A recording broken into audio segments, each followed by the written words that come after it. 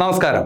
2025 current affairs സീരീസിൽ ഇന്നത്തെ class മുതൽ ജൂലൈ മാസത്തിലെ കറണ്ട് അഫയേഴ്സ് ആണ് നമ്മൾ പഠിക്കാനായിട്ട് തുടങ്ങുന്നത്. ഇന്നത്തെ ക്ലാസ്സിൽ പ്രധാനമായിട്ടും കേരളവുമായി ബന്ധപ്പെട്ട വസ്തുതകളാണ് ഉൾക്കൊള്ളിച്ചിരിക്കുന്നത്. വളരെ പ്രധാനപ്പെട്ട വസ്തുതകൾ മാത്രമേ ഈ ക്ലാസ്സിനകത്ത് ഉൾക്കൊള്ളിച്ചിട്ടുള്ളൂ. അതുകൊണ്ട് ഒന്നുപോലും വിട്ടുപോകാതെ പഠിക്കുന്നതിന് വേണ്ടിയിട്ട് ശ്രമിക്കുക. അതുപോലെ ആസ്ഥ അക്കാഡമിയുടെ ഓൺലൈൻ കോഴ്സുകളെ കുറിച്ച് അറിയുന്നതിനും ഞങ്ങളുടെ മറ്റ് സേവനങ്ങൾക്കുമായി ആസ്ഥ അക്കാഡമി കേരള എന്ന ഞങ്ങളുടെ ലേണിംഗ് ആപ്പ് ഡൗൺലോഡ് ചെയ്യുക. ഇവിടെ നടക്കുന്ന ക്ലാസ്സുകളുടെ PDF നോട്ട്സിനായിട്ട് ഞങ്ങളുടെ ടെലഗ്രാം ചാനൽ കൂടി അംഗമാവുക. നമുക്ക് ക്ലാസ്സിനകത്തോട്ട് വരാം. ഞാൻ അജിത് സുമേരു. ഏവർക്കും ആസ്ഥ അക്കാഡമിയിലേക്ക് സ്വാഗതം.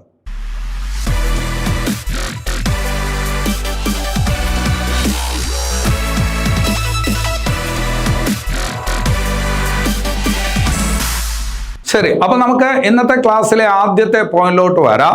ആദ്യത്തെ പോയിന്റ്, ഇന്ത്യയിൽ ആദ്യമായിട്ട് ISO സർട്ടിഫിക്കേഷൻ പദവി ലഭിച്ച പോലീസ് സ്റ്റേഷൻ ഏതാണ്? ഇന്ത്യയിൽ ആദ്യമായിട്ട് ISO സർട്ടിഫിക്കേഷൻ പദവി ലഭിച്ച പോലീസ് സ്റ്റേഷൻ ഏതെന്ന് ചോദിച്ചാൽ ആ പോലീസ് സ്റ്റേഷൻ കേരളത്തിലാണ്. കേരളത്തിലെ ആലപ്പുഴ ജില്ലയിലാണ് അർത്തുങ്കൽ പോലീസ് സ്റ്റേഷൻ. അപ്പോൾ എന്താണ് പറഞ്ഞത്? ഇന്ത്യയിൽ തന്നെ ആദ്യമായിട്ട് ISO സർട്ടിഫിക്കേഷൻ ലഭിച്ച പോലീസ് സ്റ്റേഷൻ ഏതെന്ന് ചോദിച്ചാൽ അർത്തുങ്കൽ പോലീസ് സ്റ്റേഷൻ, ആലപ്പുഴ ജില്ല. ഇത് പറയുമ്പോൾ നമ്മൾ നേരത്തെ പഠിച്ചിട്ടുള്ള ഒരു കാര്യമുണ്ട്. കേരളത്തിലെ ആദ്യത്തെ ISO സർട്ടിഫൈഡ് കളക്ട്രേറ്റ് നമ്മൾ പഠിച്ചിട്ടുണ്ട്. ഏതാണ്? കോട്ടയം.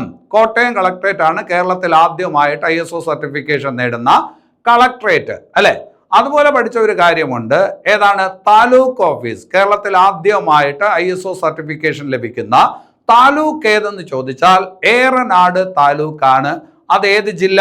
നിങ്ങൾക്കറിയാം, മലപ്പുറം ജില്ല. അപ്പൊ അത് ശ്രദ്ധിച്ച് വയ്ക്കണം. ഇനി അത് കഴിഞ്ഞിട്ട് വേറൊരു പോയിന്റിലോട്ട് വരാം. കേരളത്തിൽ ആദ്യമായിട്ട് 100% തെരുവ് വിളക്കുകൾ സ്ഥാപിക്കുകയും അത് തെളിയിക്കുകയും ചെയ്ത ഗ്രാമം ഏതാണ്?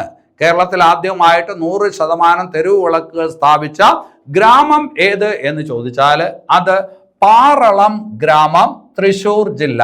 അത് ഏതാണ്? പാറളം ഗ്രാമം, തൃശ്ശൂർ ജില്ല.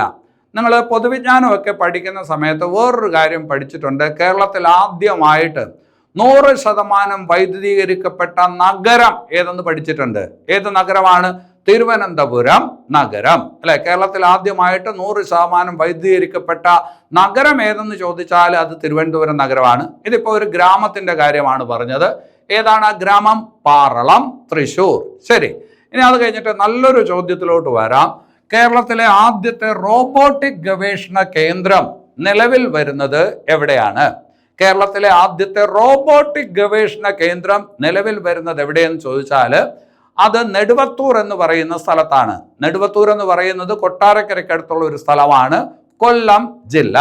അപ്പോൾ കേരളത്തിൽ ആദ്യമായിട്ട് റോബോട്ടിക് ഗവേഷണ കേന്ദ്രം നിലവിൽ വരുന്നത് എവിടെയെന്ന് ചോദിച്ചാൽ കൊല്ലം ജില്ലയിൽ കൊട്ടാരക്കരയ്ക്കടുത്ത് നെടുവത്തൂരാണ്. ഇത് ഞാൻ പറയുമ്പോൾ നിങ്ങളുടെ മനസ്സിൽ തൃശ്ശൂർ അല്ലേ എന്നൊരു സംശയമുണ്ട്, അല്ലെ? അങ്ങനെ ഒരു കാര്യം നിങ്ങൾ പഠിച്ചിട്ടുണ്ട്. എന്താണ്? Robotic park. കേരളത്തിലെ ആദ്യത്തെ റോബോട്ടിക് പാർക്ക് നിലവിൽ വരുന്നത് എവിടെ എന്ന് ചോദിച്ചാൽ അത് തൃശ്ശൂർ ജില്ലയിലാണ്. 350 കോടി മുടക്കി അങ്ങനെ ഒരു പാർക്ക് വരുന്നുണ്ട്. അത് ഏത് ജില്ലയിലാണ്? തൃശ്ശൂർ ജില്ലയിലാണ്. അപ്പോൾ റോബോട്ടിക് പാർക്ക് എവിടെയെന്ന് ചോദിക്കുമ്പോഴാണ് തൃശ്ശൂര്. റോബോട്ടിക് ഗവേഷണ കേന്ദ്രം എവിടെയെന്ന് ചോദിച്ചാൽ അത് കൊല്ലം ജില്ലയിലാണ് എന്നുള്ള കാര്യം ഓർത്ത് വയ്ക്കണം. ഇനി അത് കഴിഞ്ഞിട്ട് വേറൊരു പോയിന്റിലോട്ട് വരാം. സംസ്ഥാന ഫിഷറീസ് വകുപ്പ് നൽകുന്ന ഒരു പുരസ്കാരമുണ്ട്, ഫിഷറീസ് എക്സലൻസ് പുരസ്കാരം. സംസ്ഥാന ഫിഷറീസ് വകുപ്പ് നൽകുന്ന പുരസ്കാരമാണ് ഫിഷറീസ് എക്സലൻസ് പുരസ്കാരം. എന്തിനാണ് ഈ പുരസ്കാരം നൽകുന്നത്? ഫിഷറീസുമായി ബന്ധപ്പെട്ട പ്രവർത്തനങ്ങൾക്ക്, അതായത് മത്സ്യ സംരക്ഷണ പ്രവർത്തനങ്ങൾക്ക് സംസ്ഥാന ഫിഷറീസ് വകുപ്പ് നൽകുന്ന പുരസ്കാരമാണ് ഫിഷറീസ് എക്സലൻസ് പുരസ്കാരം. 2025 ഈ പുരസ്കാരം നേടിയത് ഏത് ജില്ലയാണ് എന്ന് ചോദിച്ചാൽ അത് കാസർഗോഡ് ജില്ലയാണ്. അപ്പോൾ 2025 കേരള ഫിഷറീസ് വകുപ്പ് നൽകുന്ന മത്സ്യസംരക്ഷണ പ്രവർത്തനങ്ങൾക്ക് നൽകുന്ന ഫിഷറീസ് എക്സലൻസ് പുരസ്കാരം നേടിയ ജില്ല ഏതെന്ന് ചോദിച്ചാൽ അത് കാസർഗോഡ് ജില്ലയാണ്. അവിടെ ഒരു കാര്യം കൂടി നിങ്ങൾ മനസ്സിലാക്കി വെക്കണം. സംസ്ഥാനത്തെ ഫിഷറീസ് വകുപ്പ് മന്ത്രി ആരാണ്? സജി ചെറിയാനാണ്. സംസ്ഥാനത്തെ ഫിഷറീസ് വകുപ്പ് മന്ത്രി ആരെന്ന് ചോദിച്ചാൽ സജി ചെറിയാനാണ്. അതുപോലെ തന്നെ മനസ്സിലാക്കി വെക്കേണ്ട ഒരു കാര്യമാണ്, സംസ്ഥാനത്തെ സാംസ്കാരിക വകുപ്പ് മന്ത്രി ആരെന്ന് ചോദിച്ചാലും ആര് തന്നെയാണ്? സജി ചെറിയാൻ തന്നെയാണ്. അപ്പൊ അതൊന്ന് ശ്രദ്ധിച്ച് വയ്ക്കണം. ഇനി അത് കഴിഞ്ഞിട്ട് വേറൊരു ഭാഗത്തോട്ട് വരാം. റെയിൽവേയുടെ ഒരു പദ്ധതിയാണ് കവച്, അല്ലെ? കവച് എന്ന് പറയുന്ന പദ്ധതിയെക്കുറിച്ച് നമ്മൾ നേരത്തെ മനസ്സിലാക്കിയിട്ടുള്ളതാണ്. ട്രെയിനുകൾ പരസ്പരം കൂട്ടിമുട്ടുന്നത് തടയുന്നതിന് വേണ്ടിയിട്ട് റെയിൽവേ ആവിഷ്കരിച്ചിട്ടുള്ള ഒരു നൂതന സംവിധാനമാണ് കവച് എന്ന് പറയുന്ന സംവിധാനം, അല്ലെ? അത് നേരത്തെ പഠിച്ചിട്ടുള്ള കാര്യമാണ്. സിഗ്നലിംഗിൽ എങ്ങാനും ഈ പറഞ്ഞ ഏതെങ്കിലും തരത്തിൽ താളപ്പിഴകൾ ഉണ്ടായിക്കഴിഞ്ഞാൽ ട്രെയിനുകൾ അഭിമുഖമായി വന്ന് കൂട്ടിയിടിക്കുന്നത് തടയുന്നതിന് വേണ്ടിയിട്ടുള്ള റെയിൽവേയുടെ ഒരു സുരക്ഷാ സംവിധാനമാണ് ഏത്? കവച്. ഈ കവച് എന്ന് പറയുന്ന സംവിധാനം കേരളത്തിലും വരികയാണ്. കേരളത്തിൽ ആദ്യമായിട്ട് ഈ കവച് എന്ന് പറയുന്ന സുരക്ഷാ സംവിധാനം നടപ്പിലാക്കുന്നത് ഏത് റെയിൽ പാതയിലാണ് എന്ന് ചോദിച്ചാൽ എറണാകുളം ഷൊർണൂർ റെയിൽ പാതയിലാണ്. എറണാകുളം ഷൊർണൂർ റെയിൽ പാതയിലാണ്. അപ്പോ റെയിൽവേയുടെ കവച് സംവിധാനം നടപ്പിലാക്കുന്നത്, കേരളത്തിൽ ആദ്യമായി നടപ്പിലാക്കുന്നത് ഏത് റെയിൽ പാതയിലാണ് എന്ന് ചോദിച്ചാൽ എറണാകുളം ഷൊർണൂർ റെയിൽ പാതയിലാണ് എന്ന് പറയണം. ഇനി അത് വേറൊരു പോയിന്റിലോട്ട് വരാം. സംസ്ഥാന ഗവൺമെന്റ് 2025 ഉത്തരവാദിത്ത ടൂറിസം കേന്ദ്രമായിട്ട് ഉയർത്താനായി പോകുന്ന കേരളത്തിലെ ടൂറിസ്റ്റ് കേന്ദ്രം ഏതാണ്? അല്ലെ, എന്താണ് പറഞ്ഞത്? ഉത്തരവാദിത്ത ടൂറിസം കേന്ദ്രമായിട്ട് സംസ്ഥാന ഗവൺമെന്റ് ഉയർത്താനായിട്ട് പോകുന്നത് കേരളത്തിലെ ഏത് ടൂറിസ്റ്റ് ഡെസ്റ്റിനേഷനെയാണ്, ഏത് ടൂറിസ്റ്റ് കേന്ദ്രത്തെയാണ് എന്ന് ചോദിച്ചാൽ അത് ഏത് ടൂറിസ്റ്റ് കേന്ദ്രത്തെയാണ്? മൂന്നാറിനെയാണ്. മൂന്നാർ, ഇടുക്കി ജില്ല, ദേവികുളം താലൂക്ക്, അല്ലെ? മൂന്നാർ ദേവികുളം താലൂക്കിലാണ് വരുന്നത്, അല്ലെ? അപ്പൊ സംസ്ഥാന സർക്കാർ 2025 ഉത്തരവാദിത്ത ടൂറിസം കേന്ദ്രമായിട്ട് ഉയർത്താൻ ഉദ്ദേശിക്കുന്നത് കേരളത്തിലെ ഏത് ടൂറിസ്റ്റ് കേന്ദ്രത്തെ എന്ന് ചോദിച്ചാൽ മൂന്നാറിനെയാണെന്ന് പറയണം. അത് പറയുമ്പോൾ വേറൊരു കാര്യം കൂടി നിങ്ങൾ ശ്രദ്ധിച്ചു വെച്ചോണം. നെല്ലിയാമ്പതി എന്ന് പറയുന്ന ഒരു ടൂറിസ്റ്റ് കേന്ദ്രമുണ്ട്.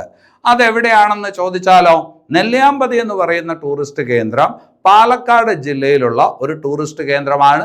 ഹരിത ടൂറിസ്റ്റ് കേന്ദ്രമാണ് ഏത്? നെല്ലിയാമ്പതി എന്നുകൂടി ഒന്ന് ഓർത്ത് വച്ചേക്കുക. ഇനി അത് കഴിഞ്ഞിട്ട് നീതി ആയോഗുമായി ബന്ധപ്പെട്ട് ഒരു സൂചിക, ആ സൂചിക ഒന്ന് മനസ്സിലാക്കി വെക്കണം. Goal of good health and wellbeing.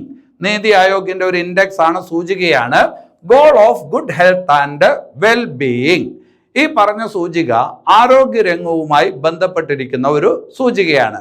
അപ്പോൾ നീതി ആയോഗ് ഈ അടുത്ത കാലത്ത് പുറത്തിറക്കിയ goal of good health and wellbeing എന്ന് പറയുന്ന സൂചിക പ്രകാരം കേരളം എത്രാമതാണ്, അല്ലെങ്കിൽ കേരളത്തിന്റെ സ്ഥാനം എത്രാമതാണ് എന്ന് ചോദിച്ചാൽ അത് ഒന്നാമതെന്ന് പറഞ്ഞ് തെറ്റിക്കരുത്, 4ാമതാണ്, അല്ലെ?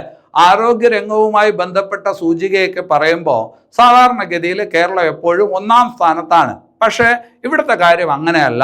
നീതി ആയോഗ് ഈ അടുത്ത കാലത്ത് പുറത്തിറക്കിയ goal of good health and wellbeing എന്ന് പറയുന്ന സൂചികയിൽ കേരളത്തിന്റെ സ്ഥാനം 4ാമതാണ്.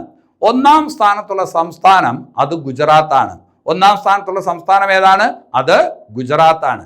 അപ്പൊ അത് തെറ്റിപ്പോകുന്ന ഒരു കാര്യമാണ്, ശ്രദ്ധിച്ച് വയ്ക്കണം. ഇനി അത് കഴിഞ്ഞിട്ട് വേറൊരു ഭാഗത്തോട്ട് വരാം. നമുക്കറിയാവുന്നതാണ്, തദ്ദേശ സ്വയംഭരണ സ്ഥാപനങ്ങളിലോട്ട് ഉടനെ തെരഞ്ഞെടുപ്പ് നടക്കും, അല്ലെ? തദ്ദേശ സ്വയംഭരണ സ്ഥാപനങ്ങളിലേക്കുള്ള തെരഞ്ഞെടുപ്പ് നടത്തുന്നത് ആരാണ്?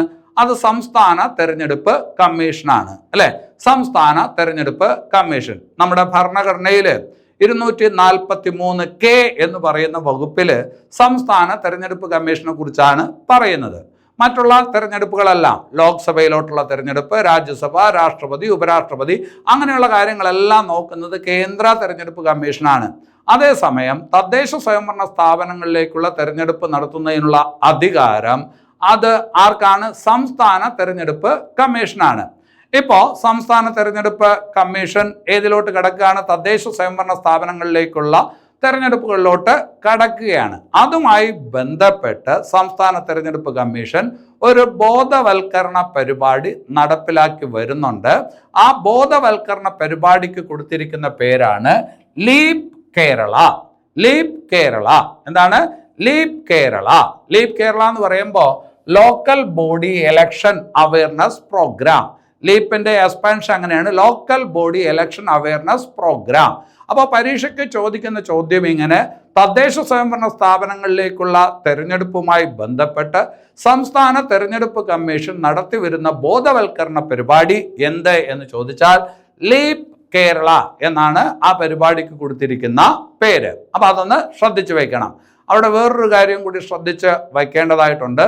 നിലവിൽ സംസ്ഥാന തെരഞ്ഞെടുപ്പ് കമ്മീഷണർ ആര് എന്ന് ചോദിച്ചാൽ എ ഷാജഹാനാണ്, അല്ലെ? നിലവിൽ സംസ്ഥാന തെരഞ്ഞെടുപ്പ് കമ്മീഷണർ ആരെന്ന് ചോദിച്ചാൽ എ ഷാജഹാനാണ്. പക്ഷേ ഇന്ത്യയുടെ മുഖ്യ തെരഞ്ഞെടുപ്പ് കമ്മീഷണർ ആര് എന്നുള്ളത് നിങ്ങൾക്കറിയാം, ഗ്യാനേഷ് കുമാറാണ്. ഇന്ത്യയുടെ മുഖ്യ തെരഞ്ഞെടുപ്പ് കമ്മീഷണർ ഗ്യാനേഷ് കുമാർ. ആർട്ടിക്കിൾ 324, അല്ലെ? കേന്ദ്ര തെരഞ്ഞെടുപ്പ് കമ്മീഷനെ കുറിച്ച് പറയുന്ന ആർട്ടിക്കിളാണ് ഏത്?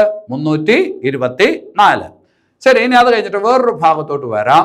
സർപ്പ എന്ന് പറയുന്ന ആപ്ലിക്കേഷൻ നമ്മൾ നേരത്തെ പഠിച്ചിട്ടുള്ളതാണ്. വനം വകുപ്പ് പുറത്തിറക്കുന്ന ഒരു ആപ്ലിക്കേഷനാണ്. പാമ്പ് കടി, പാമ്പ് വിഷം, അതുമായി ബന്ധപ്പെട്ട വസ്തുതകളൊക്കെ ഉൾക്കൊള്ളുന്ന ഒരു ആപ്ലിക്കേഷനാണ് സർപ്പ ആപ്ലിക്കേഷൻ. അത് വനം വകുപ്പ് പുറത്തിറക്കുന്ന ആപ്ലിക്കേഷനാണ്. അതിൻ്റെ ബ്രാൻഡ് അംബാസഡർ ഒരു സിനിമാ താരമാണ്. അത് നിങ്ങൾക്കറിയാം. ആരാണ്? ടോവിനോ തോമസ്, അല്ലെ? സർപ്പ ആപ്ലിക്കേഷന്റെ ബ്രാൻഡ് അംബാസഡർ ആണ് ടോവിനോ തോമസ്. ഈ രണ്ട് കാര്യങ്ങളും പരീക്ഷയ്ക്ക് ചോദിച്ചിട്ട് ഉള്ളതാണ്. ഇനിയിപ്പോൾ ഇവിടെ പഠിക്കേണ്ടത് പുതിയ ഒരു കാര്യം, ഇപ്പോൾ ഈ പറഞ്ഞ വർഷം സംസ്ഥാനത്തിലെ സ്കൂൾ കുട്ടികൾക്ക് പാമ്പ് കടി, പാമ്പ് വിഷബാധ ഇവയെക്കുറിച്ചുള്ള ഒരു ബോധവൽക്കരണം നൽകുന്നതിന് വേണ്ടിയിട്ട് വനം വകുപ്പ് ആവിഷ്കരിച്ചിരിക്കുന്ന ഒരു പദ്ധതിയുണ്ട്. ആ പദ്ധതിക്ക് കൊടുത്തിരിക്കുന്ന പേരാണ് സർപ്പ പാഠം. എന്താണ്? സർപ്പ പാഠം, അല്ലെ? പറഞ്ഞ കാര്യം എന്താണ്? വനം വകുപ്പ് സംസ്ഥാനത്തെ സ്കൂൾ കുട്ടികൾക്ക് വേണ്ടി നടപ്പിലാക്കി വരുന്ന എന്താണ്? അവയർനെസ് പ്രോഗ്രാമാണ് സർപ്പ പാഠം. വേറൊരു കാര്യം കൂടി മനസ്സിലാക്കിക്കോണം. പാമ്പ് കടിയേറ്റ് ഒരാൾ മരണപ്പെടുന്നു എന്ന് വിചാരിക്കുക. പാമ്പ് കടിയേറ്റ് മരണപ്പെടുന്ന ഒരാൾക്ക് സംസ്ഥാന വനം വകുപ്പ് അല്ലെങ്കിൽ സംസ്ഥാന ഗവൺമെന്റ് നഷ്ടപരിഹാരം നൽകും. ആ നഷ്ടപരിഹാരം ഇപ്പോൾ 4 ലക്ഷമായി ഉയർത്തിയിട്ടുണ്ട് എന്നൊരു കാര്യം കൂടി മനസ്സിലാക്കി വയ്ക്കണം. അപ്പോൾ വനത്തിന് പുറത്ത് പാമ്പ് കടിയേറ്റ് മരിക്കുന്ന ഒരാൾക്ക് സംസ്ഥാന ഗവൺമെന്റ് എത്ര രൂപ നഷ്ടപരിഹാരം നൽകും എന്ന് ചോദിച്ചാൽ 4 ലക്ഷം രൂപ നഷ്ടപരിഹാരം നൽകും. അതുപോലെ തന്നെ വന്യജീവികളുടെ ആക്രമണത്തിലൂടെ ഒരാൾ മരണപ്പെട്ടാൽ സംസ്ഥാന സർക്കാർ എത്ര രൂപ നഷ്ടപരിഹാരം നൽകും എന്ന് ചോദിച്ചാൽ 10 ലക്ഷം രൂപ നഷ്ടപരിഹാരം നൽകും. അത് ഈ അടുത്ത കാലത്ത് വർദ്ധിപ്പിച്ചതാണ്. അപ്പോൾ ആ കാര്യങ്ങളൊക്കെ ഒന്ന് ശ്രദ്ധിച്ച് വയ്ക്കുക. ഇനി അത് കഴിഞ്ഞിട്ട് വേറൊരു പദ്ധതിയിലോട്ട് വരാം. നവകിരണം എന്ന് പറയുന്ന പദ്ധതി. ഈ നവകിരണം എന്ന് പറയുന്ന പദ്ധതി എന്തുമായി ബന്ധപ്പെട്ടതാണ്? വനം വകുപ്പുമായി ബന്ധപ്പെട്ട ഒരു പദ്ധതിയാണ്. എന്താണ് നവകിരണം പദ്ധതി എന്ന് ചോദിച്ചാൽ, വനത്തിനുള്ളിൽ താമസിക്കുന്ന ആദിവാസി ഇതര വിഭാഗത്തിലുള്ള ആൾക്കാരെ വനത്തിന് പുറത്ത് മാറ്റിപ്പാർപ്പിക്കുന്ന, പുനരധിവസിപ്പിക്കുന്ന ഒരു പരിപാടിയാണ് ഏത്? നവകിരണം. അപ്പോൾ വനത്തിനുള്ളിൽ താമസിക്കുന്ന ആദിവാസി ഇതര വിഭാഗക്കാരെ വനത്തിന് പുറത്ത് പുനരധിവസിപ്പിക്കാനുള്ള വനം വകുപ്പിന്റെ ഒരു പദ്ധതിയാണ് ഏത്? നവകിരണം. ഇവിടെ ശ്രദ്ധിക്കേണ്ടത് ആദിവാസി വിഭാഗക്കാരെ മാറ്റിപ്പാർപ്പിക്കുന്നു എന്നല്ല ഞാൻ പറഞ്ഞത്. ആദിവാസി ഇതര വിഭാഗങ്ങളെ മാറ്റിപ്പാർപ്പിക്കുന്നതിനുള്ള പദ്ധതിയാണ് നവകിരണം എന്നുള്ളത് ശ്രദ്ധിച്ചു വെക്കണം. ചോദ്യ സാധ്യതയുണ്ട്. ഇനി അത് കഴിഞ്ഞിട്ട് സംസ്ഥാന വിജിലൻസ് കമ്മീഷൻ. ഇപ്പോൾ സംസ്ഥാന വിജിലൻസ് കമ്മീഷണർ ആരാണ്? മനോജ് എബ്രഹാമാണ്, അല്ലെ? നിലവിൽ സംസ്ഥാന വിജിലൻസ് കമ്മീഷൻ എന്ന് പറയുന്നത് മനോജ് എബ്രഹാമാണ്. സംസ്ഥാന വിജിലൻസ് കമ്മീഷൻ 2025 ജൂലൈ മാസത്തിൽ ഒരു ഓപ്പറേഷൻ നടത്തിയിരുന്നു. അതാണ് operation secure land. Operation secure land അഴിമതി തടയുക എന്നുള്ളതാണല്ലോ വിജിലൻസ് കമ്മീഷന്റെ ലക്ഷ്യം, അല്ലെ? അപ്പോൾ സംസ്ഥാന വിജിലൻസ് കമ്മീഷൻ ഈ അടുത്ത കാലത്ത് നടപ്പിലാക്കിയ ഒരു ഓപ്പറേഷനാണ് ഓപ്പറേഷൻ സെക്വർ ലാൻഡ്. രജിസ്ട്രേഷൻ ഓഫീസുകളുമായി ബന്ധപ്പെട്ടായിരുന്നു ഈ ദൗത്യം ആര് നിർവഹിച്ചത്? വിജിലൻസ് കമ്മീഷൻ നിർവഹിച്ചത്. രജിസ്ട്രേഷൻ വകുപ്പ് എന്ന് പറയുമ്പോൾ, രജിസ്ട്രേഷൻ ഓഫീസ് എന്ന് പറയുമ്പോൾ, ഇപ്പോൾ ഭൂമിയുടെയൊക്കെ ഈ പറഞ്ഞ രജിസ്ട്രേഷൻ നടക്കുന്ന ഓഫീസ്, നമ്മൾ ഈ ആധാരമൊക്കെ കൊണ്ടുവന്ന് എഴുതുന്ന ഒരു ഓഫീസ് ഉണ്ടല്ലോ, ആധാരമോ എഴുത്ത് ഓഫീസല്ല, അത് രജിസ്റ്റർ ചെയ്യുന്ന ഓഫീസ് ഉണ്ടല്ലോ, രജിസ്ട്രേഷൻ ഓഫീസ്. അപ്പോൾ കേരളത്തിലെ രജിസ്ട്രേഷൻ ഓഫീസിലെ അഴിമതികളൊക്കെ കണ്ടെത്തുക, അഴിമതിക്കാരായിട്ടുള്ളവരെ പിടികൂടുക എന്ന ലക്ഷ്യത്തോടു കൂടി സംസ്ഥാന വിജിലൻസ് കമ്മീഷൻ നടപ്പിലാക്കിയ ദൗത്യമാണ് ഓപ്പറേഷൻ സെക്യൂർ ലാൻഡ്. നേരത്തെ ഒരു കാര്യം നമ്മൾ പഠിച്ചിട്ടുണ്ട്, ഓപ്പറേഷൻ സ്പോട്ട് ട്രാപ്പ് എന്ന് പറഞ്ഞിട്ട് വിജിലൻസിന്റെ മറ്റൊരു ഓപ്പറേഷൻ നമ്മൾ പഠിച്ചിട്ടുണ്ട്, operation spot trap. Operation spot trap എന്തുമായി ബന്ധപ്പെട്ടതാണ്? അഴിമതിക്കാരായിട്ടുള്ള സർക്കാർ ഉദ്യോഗസ്ഥരെ പിടികൂടുക എന്നുള്ളതായിരുന്നു ഓപ്പറേഷൻ സ്പോട്ട് ട്രാപ്പ് കൊണ്ട് ഉദ്ദേശിച്ചത്. ആ സമയത്ത് പത്രമൊക്കെ എടുത്തു വെച്ച് നോക്കുമ്പോൾ വില്ലേജ് ഓഫീസറെ പിടിച്ചു, വില്ലേജ് ഓഫീസർ ഓടി കുളത്തിൽ ചാടി പോലുള്ള വാർത്തകൾ ഒരുപാട് നിങ്ങൾ കേൾക്കുമായിരുന്നു.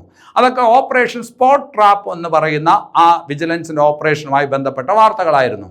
അപ്പോൾ ഓപ്പറേഷൻ സ്പോട്ട് ട്രാപ്പും വിജിലൻസ് നടപ്പിലാക്കിയ ഒരു ഓപ്പറേഷനാണ്. സംസ്ഥാന സർക്കാർ സർവീസിൽ അഴിമതിക്കാരായിട്ടുള്ള ആൾക്കാരെ കണ്ടെത്താനും പിടികൂടാനും വേണ്ടിയിട്ടുള്ള ഒരു പദ്ധതിയായിരുന്നു ഓപ്പറേഷൻ സ്പോട്ട് ട്രാപ്പ്.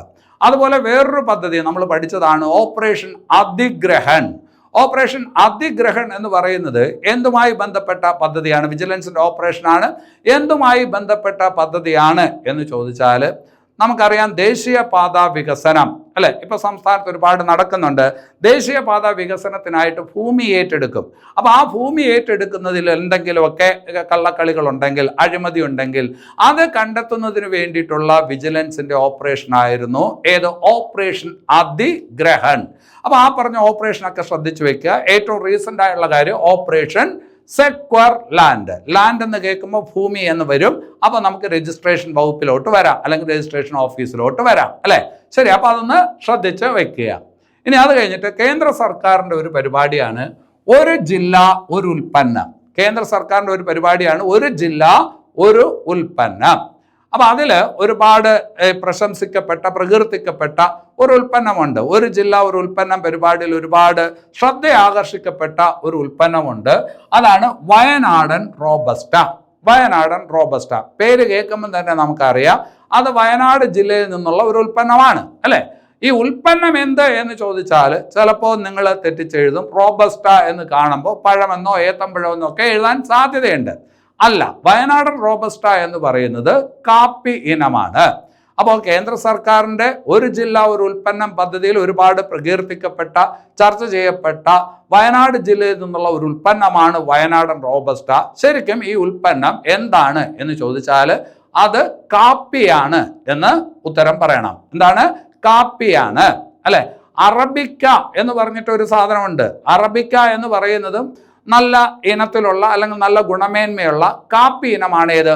അറബിക്ക എന്ന് പറയുന്നത്. ഇതിപ്പോ ഏതാണ്? വയനാടൻ റോബസ്റ്റ. അപ്പൊ അത് ശ്രദ്ധിച്ച് വയ്ക്കണം. ഇനി അത് കഴിഞ്ഞിട്ട് വേറൊരു ഭാഗത്തോട്ട് വരാം.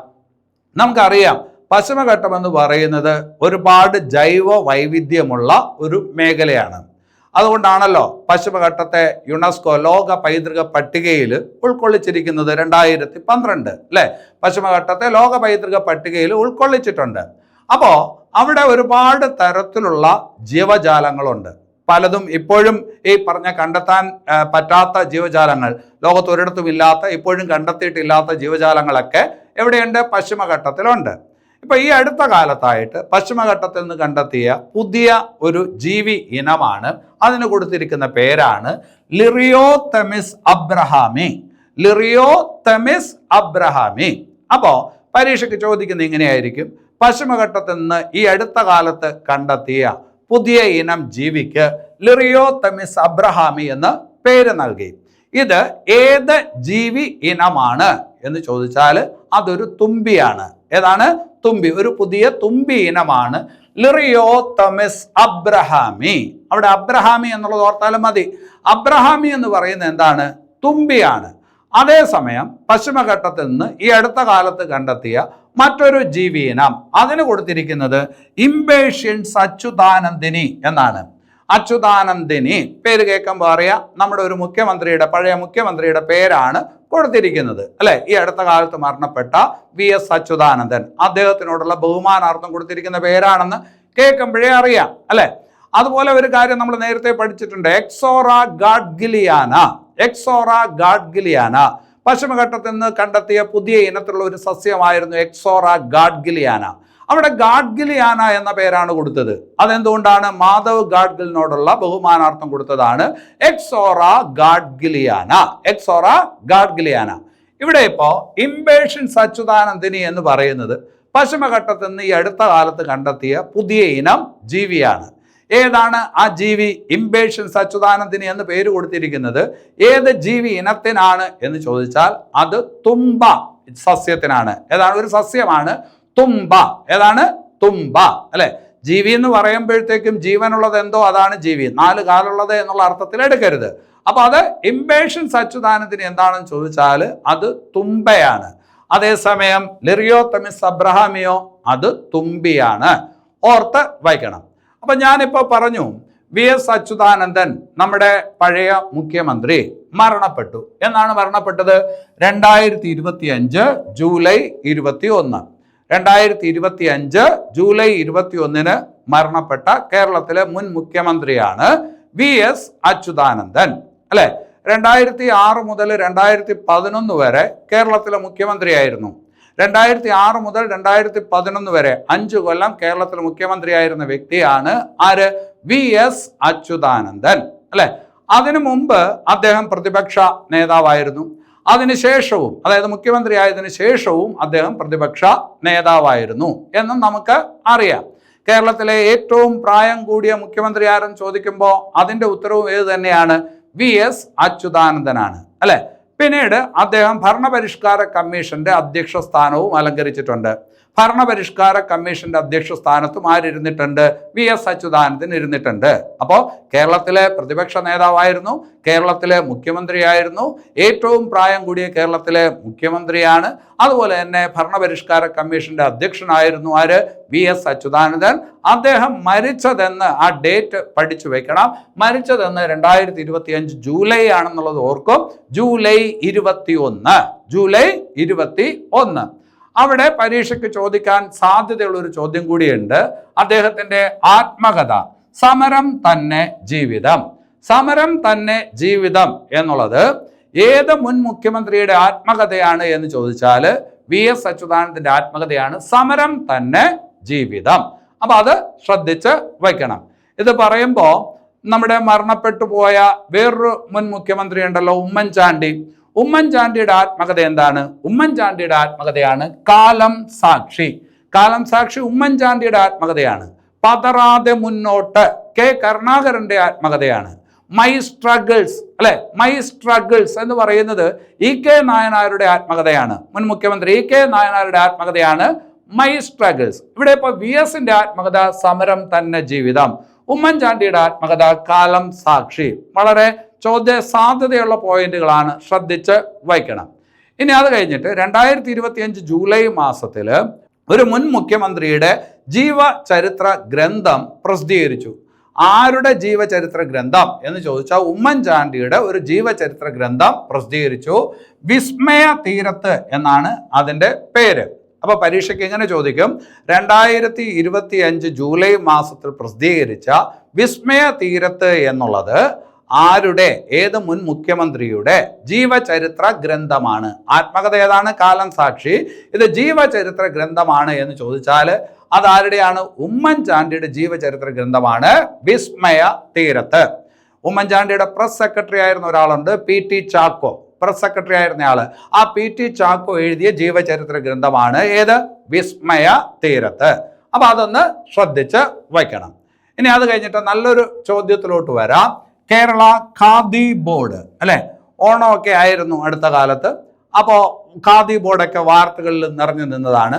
കേരള ഖാദി ബോർഡ്. കേരള ഖാദി ബോർഡിന്റെ അധ്യക്ഷൻ ആര് എന്ന് ചോദിച്ചാൽ വ്യവസായ വകുപ്പ് മന്ത്രിയാണ്. P രാജീവാണ് കേരള ഖാദി ബോർഡിന്റെ അധ്യക്ഷൻ. കുറച്ചുകൂടി ചോദിക്കാൻ സാധ്യതയുള്ള ചോദ്യം കേരള ഖാദി ബോർഡിന്റെ ഉപാധ്യക്ഷൻ ആര് എന്നുള്ളതാണ്.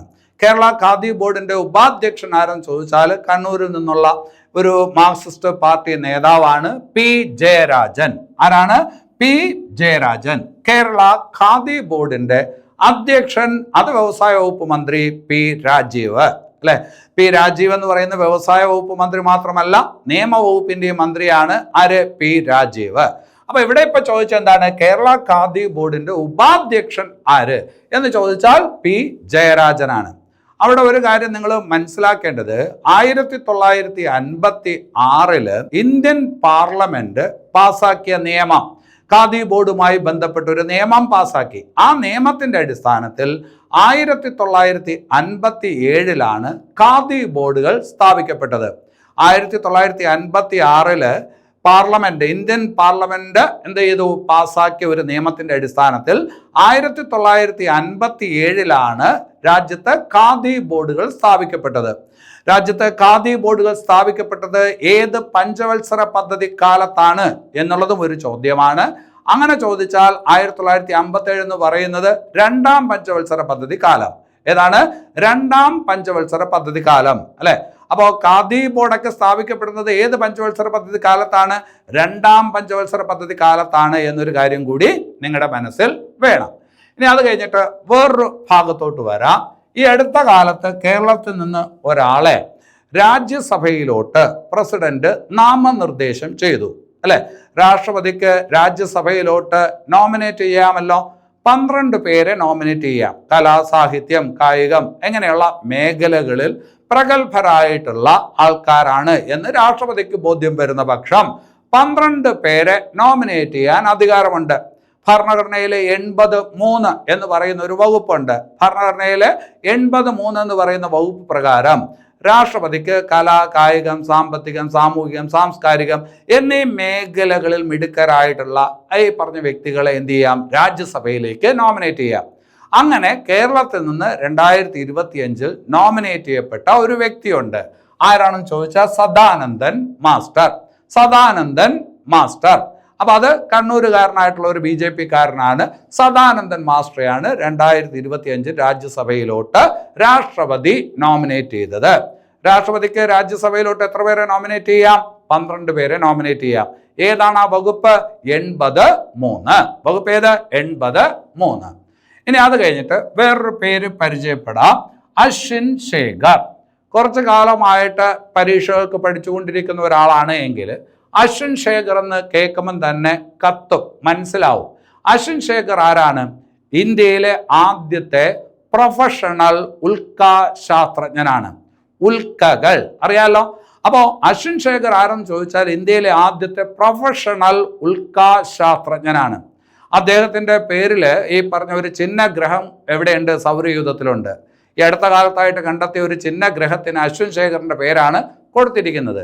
അങ്ങനെ അന്താരാഷ്ട്ര രംഗത്ത് അല്ലെങ്കിൽ അന്താരാഷ്ട്ര തലത്തിൽ തന്നെ വളരെ ശ്രദ്ധേയനായിട്ടുള്ള ഒരു ഈ പറഞ്ഞ ഏതാണ് ഉൽക്കാശാസ്ത്രജ്ഞനാണ്, ജ്യോതിശാസ്ത്രജ്ഞനാണ്, മലയാളിയായിട്ടുള്ള ആര്? അശ്വിൻ ശേഖർ. ഇപ്പൊ എങ്ങനെയാണ് അശ്വിൻ ശേഖർ വാർത്തകളിൽ വന്നത് എന്ന് ചോദിച്ചാൽ അന്താരാഷ്ട്ര ജ്യോതിശാസ്ത്ര യൂണിയൻ ഉൽക്കാ പഠനത്തിനായിട്ട് ഈ അടുത്ത കാലത്ത് ഒരു സമിതി ഉണ്ടാക്കി. അന്താരാഷ്ട്ര ജ്യോതിശാസ്ത്ര യൂണിയൻ ഉൽക്കാ പഠനത്തിനായിട്ട് ഉൽക്കകളെ കുറിച്ച് പഠിക്കുന്നതിന് വേണ്ടിയിട്ട് ഒരു സമിതി രൂപീകരിച്ചു. ആ സമിതിയിൽ ഉൾപ്പെട്ട ഇന്ത്യൻ ജ്യോതിശാസ്ത്രജ്ഞൻ, മലയാളിയായിട്ടുള്ള ജ്യോതിശാസ്ത്രജ്ഞൻ ആര് എന്ന് ചോദിച്ചാൽ അത് അശ്വിൻ ശേഖറാണ്. ആരാണ്? അശ്വിൻ ശേഖർ. അപ്പൊ അത് മനസ്സിലാക്കി വെക്കണം, വളരെ വളരെ ഇമ്പോർട്ടൻ്റ് ആണ്. ഇനി അത് കഴിഞ്ഞിട്ട് ഒരു യുദ്ധവിമാനത്തിന്റെ കഥ പറയാം. F-35 യുദ്ധവിമാനം. F-35 അല്ലെ, യന്ത്ര തകരാറ് കാരണം ബ്രിട്ടന്റെ ഒരു യുദ്ധവിമാനം തിരുവനന്തപുരം വിമാനത്താവളത്തിൽ കുറച്ചു കാലം കിടന്നു. ആ യുദ്ധവിമാനം ഏത് എന്ന് ചോദിച്ചാൽ F-35 യുദ്ധവിമാനമാണ്. അപ്പോൾ യന്ത്ര തകരാറിനെ തുടർന്ന് തിരുവനന്തപുരം ഈ പറഞ്ഞ വിമാനത്താവളത്തിൽ ഇറക്കിയ ബ്രിട്ടന്റെ യുദ്ധവിമാനമാണ് F-35.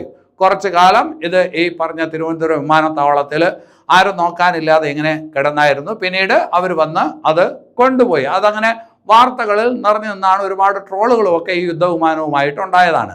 അപ്പോൾ ആ യുദ്ധവിമാനം ഏതെന്ന് ചോദിച്ചാൽ F-35 യുദ്ധവിമാനം. F-35, F-16 അങ്ങനെ പല ടൈപ്പുകളുണ്ട്. ഇതേതാണ്? F-35 യുദ്ധവിമാനം. ശരി, ഇനി അത് കഴിഞ്ഞിട്ട് വേറൊരു ഭാഗത്തോട്ട് വരാം. ഒരു സാഹിത്യ പുരസ്കാരമാണ് ബുക്ക് ബ്രഹ്മ പുരസ്കാരം. ബുക്ക് ബ്രഹ്മ പുരസ്കാരം. നിങ്ങളിൽ പലരും ഈ പുരസ്കാരം ആദ്യമായിട്ടായിരിക്കും കേൾക്കുന്നത് അല്ലെ. ഇത് ഈ അടുത്ത കാലത്തായിട്ട് സ്ഥാപിക്കപ്പെട്ട ഒരു പുരസ്കാരമാണ്. 2025 ബുക്ക് ബ്രഹ്മ പുരസ്കാരം, അത് രണ്ടാമത്തെ പുരസ്കാരമായിരുന്നു. ബുക്ക് ബ്രഹ്മ പുരസ്കാരം രണ്ടാമത്തെ പുരസ്കാരം 2025 ലഭിച്ചത് ആർക്ക് എന്ന് ചോദിച്ചാൽ മലയാളത്തിൽ അറിയപ്പെടുന്ന സാഹിത്യകാരി KR മീരയ്ക്കാണ്. അപ്പോൾ 2025 ബുക്ക് ബ്രഹ്മ പുരസ്കാരം, രണ്ടാമത് ബുക്ക് ബ്രഹ്മ പുരസ്കാരം നേടിയ കേരളത്തിലെ സാഹിത്യകാരി ആരെന്ന് ചോദിച്ചാൽ KR മീരയാണ്. ശ്രദ്ധിച്ചു വയ്ക്കണം. ഇനി അത് കഴിഞ്ഞിട്ട് അവിടെ ശ്രദ്ധിക്കാനുള്ള ഒരു കാര്യം, ഈ ബുക്ക് ബ്രഹ്മ പുരസ്കാരം നൽകുന്നത് ദക്ഷിണേന്ത്യൻ സാഹിത്യത്തിലെ സാഹിത്യകാരന്മാർക്കാണ്. ദക്ഷിണേന്ത്യൻ സാഹിത്യത്തിലെ സാഹിത്യകാരന്മാരെന്ന് പറയുമ്പോൾ അതായത് മലയാളത്തിൽ എഴുതുന്ന, തമിഴിൽ എഴുതുന്ന, തെലുങ്കിൽ, പിന്നെ അത് കഴിഞ്ഞിട്ട് കന്നഡ ഭാഷകളിലൊക്കെ എഴുതുന്ന സാഹിത്യകാരന്മാർക്ക് നൽകുന്ന പുരസ്കാരമാണ് ബുക്ക് ബ്രഹ്മ പുരസ്കാരം. അപ്പോൾ ബുക്ക് ബ്രഹ്മ പുരസ്കാരം 2025 നേടിയത് ഒരു മലയാളിയാണ്. ആര്? KR മീര. ഇനി അത് കഴിഞ്ഞിട്ട് മറ്റൊരു സാഹിത്യ പുരസ്കാരത്തിലോട്ട് വരാം. പി കേശവദേവ് സാഹിത്യ പുരസ്കാരം 2025. പി കേശവദേവ് സാഹിത്യ പുരസ്കാരം 2025 മറ്റുള്ള സാഹിത്യ പുരസ്കാരങ്ങളിൽ നിന്നെല്ലാം അല്പം വ്യത്യസ്തമായിട്ടുള്ള സാഹിത്യ പുരസ്കാരമാണ്. ഏത്? പി കേശവദേവ് സാഹിത്യ പുരസ്കാരം. എന്താണ് വ്യത്യസ്തമായിട്ടുള്ള കാര്യം എന്ന് ചോദിച്ചാൽ, ഏതെങ്കിലും തരത്തിൽ സാമൂഹിക പ്രതിബദ്ധതയുള്ള കൃതികൾക്കാണ് ഈ പുരസ്കാരം നൽകുന്നത്. സാഹിത്യം മാത്രം നോക്കി നൽകുന്ന പുരസ്കാരമല്ല. ഏതെങ്കിലും തരത്തിൽ സാമൂഹിക പ്രതിബദ്ധത കാണിച്ചിട്ടുള്ള കൃതികൾക്കാണ് ഈ പുരസ്കാരം നൽകുന്നത്. ഏത് പുരസ്കാരം? പി കേശവദേവ് പുരസ്കാരം. 2025 പി കേശവദേവ് പുരസ്കാരം ലഭിച്ചത് ആർക്ക് എന്ന് ചോദിച്ചാൽ അത് ശശി തരൂരിനാണ്. ആർക്കാണ്? ശശി തരൂരിനാണ്. തിരുവനന്തപുരത്തു നിന്നുള്ള ലോക്സഭാംഗമാണ് നിലവിൽ ശശി തരൂർ, അല്ലെ? അപ്പൊ ശശി തരൂരിനാണ് പി കേശവദേവ് സാഹിത്യ പുരസ്കാരം 2025 ലഭിച്ചത്. അതിന് പരിഗണിച്ച 2 കൃതികൾ എന്ന് പറയുന്നത് വൈ ഐ ആം ഹിന്ദു. പരീക്ഷയ്ക്ക് ചോദിക്കാം. വൈ ഐ ആം ഹിന്ദു എന്ന പുസ്തകം രചിച്ചതാര്? ശശി തരൂർ. അതുപോലെ the battle of belonging, the battle of belonging എന്ന് പറയുന്ന കൃതി രചിച്ചതാരെന്ന് ചോദിച്ചാലും ശശി തരൂരാണ്. അപ്പൊ ഈ 2 കൃതികളെ മുൻനിർത്തിയാണ് പി കേശവദേവ് പുരസ്കാരം 2025 ശശി തരൂരിന് നൽകിയത്. അത് പറയുമ്പോൾ വേറൊരു കാര്യം ശ്രദ്ധയിൽ വെച്ചോണം. The paradoxical prime minister, the paradoxical prime minister എന്ന് പറയുന്ന പുസ്തകം രചിച്ചതാര് എന്ന് ചോദിച്ചാലും ശശി തരൂരാണ്. ദി പാരഡോക്സിയൽ പ്രൈം മിനിസ്റ്റർ എന്ന പുസ്തകം രചിച്ചതാരാണ്? ശശി തരൂറാണ്. ഇവിടെ ഇപ്പോൾ 2025 പി കേശവദേവ് പുരസ്കാരം ശശി തരൂരിന് നേടിക്കൊടുത്തത് 2 പുസ്തകങ്ങളാണ്. Why I am Hindu, the battle of belonging. ഇതാണ് ആ 2 കൃതികൾ, ശ്രദ്ധിച്ച് വയ്ക്കണം. ഇനി അത് കഴിഞ്ഞിട്ട് വേറൊരു പ്രധാനപ്പെട്ട പോയിന്റിലോട്ട് വരാം. 2025 ചമ്പക്കുളം മൂലം വള്ളംകളി, ചമ്പക്കുളം മൂലം വള്ളംകളി, അതിലെ കിരീടം നേടിയ ചുണ്ടൻ ഏതാണെന്ന് ചോദിച്ചാൽ ചെറുതന പുത്തൻ ചുണ്ടനാണ്. ചെറുതന പുത്തൻ ചുണ്ടനാണ്. ഇനി വള്ളംകളിയുടെ സീസണാണ്, അല്ലെ? അപ്പോൾ ചമ്പക്കുളം വള്ളംകളി, ചമ്പക്കുളം മൂലം വള്ളംകളി 2025. അപ്പൊ അതില് ഈ പറഞ്ഞ പുരസ്കാരം നേടിയ ചുണ്ടൻ വള്ളം ഏതാണെന്ന് ചോദിച്ചാൽ ചെറുതന പുത്തൻ ചുണ്ടനാണ്. ഈ പറഞ്ഞ ചുണ്ടൻ വള്ളം തുഴഞ്ഞ ബോട്ട് ക്ലബ് ഏതെന്ന് ചോദിച്ചാൽ Pallathuruthy boat club, Pallathuruthy boat club. ഈ പുരസ്കാരം രാജപ്രമുഖ് ട്രോഫി എന്നാണ് അറിയപ്പെടുന്നത്. ഈ വള്ളംകളിക്ക് കൊടുക്കുന്ന പുരസ്കാരം രാജപ്രമുഖ് ട്രോഫി. അതായത് പഴയ തിരുവിതാംകൂർ രാജവംശം, ആ തിരുവിതാംകൂർ രാജവംശത്തിന്റെ ഓർമ്മയ്ക്കായിട്ട് നടത്തപ്പെടുന്ന വള്ളംകളി മത്സരമാണ് ഏത്? ചമ്പക്കുളം മൂലം വള്ളംകളി, അല്ലെ? അപ്പൊ അത് 2025 നേടിയത് ചെറുതന പുത്തൻ ചുണ്ടനാണ്. അത് തുഴഞ്ഞത് പള്ളാത്തുരുത്തി ബോട്ട് ക്ലബ്ബാണ്. അപ്പോൾ 2025 ജൂലൈ മാസത്തിൽ കേരളവുമായി ബന്ധപ്പെട്ട വളരെ പ്രധാനപ്പെട്ട പോയിന്റുകൾ മാത്രമാണ് ഈ ക്ലാസ്സിനകത്ത് പറഞ്ഞത്. മറ്റു ചില പോയിന്റുകളുണ്ട്, അത് നോട്ടിനകത്ത് ഉൾപ്പെടുത്താം. അപ്പോൾ ഈ ക്ലാസ്സിൽ പറഞ്ഞ ഒരു കാര്യവും കളയാനായിട്ടില്ല. എല്ലാം പഠിക്കേണ്ടതാണ്, എല്ലാം നിലവിൽ ഇമ്പോർട്ടൻ്റ് ആണ്. കാലം കഴിയുന്തോറും പലതിനും പ്രസക്തി നഷ്ടപ്പെടുമായിരിക്കും, പക്ഷേ നിലവിൽ ഇതെല്ലാം ഇമ്പോർട്ടൻ്റ് ആണ്. അപ്പോൾ ഈ ക്ലാസ് നിങ്ങൾക്ക് ഇഷ്ടപ്പെട്ടു എന്ന് വിചാരിക്കുന്നു. അങ്ങനെയാണെങ്കിൽ തീർച്ചയായിട്ടും ഈ ചാനൽ സബ്സ്ക്രൈബ് ചെയ്യുക, ലൈക്ക് ചെയ്യുക, കമൻറ്റ് ചെയ്യുക, പ്രോത്സാഹിപ്പിക്കുക. ഇങ്ങനെയുള്ള ക്ലാസ്സുകളൊക്കെ ചെയ്യുന്നതിന് തീർച്ചയായിട്ടും നിങ്ങളുടെ സപ്പോർട്ട് അത്യാവശ്യമാണ്. അതുണ്ടാവുമെന്ന് പ്രതീക്ഷിച്ചുകൊണ്ട് നിർത്തുന്നു. എല്ലാവർക്കും നല്ലത് വരട്ടെ. നന്ദി.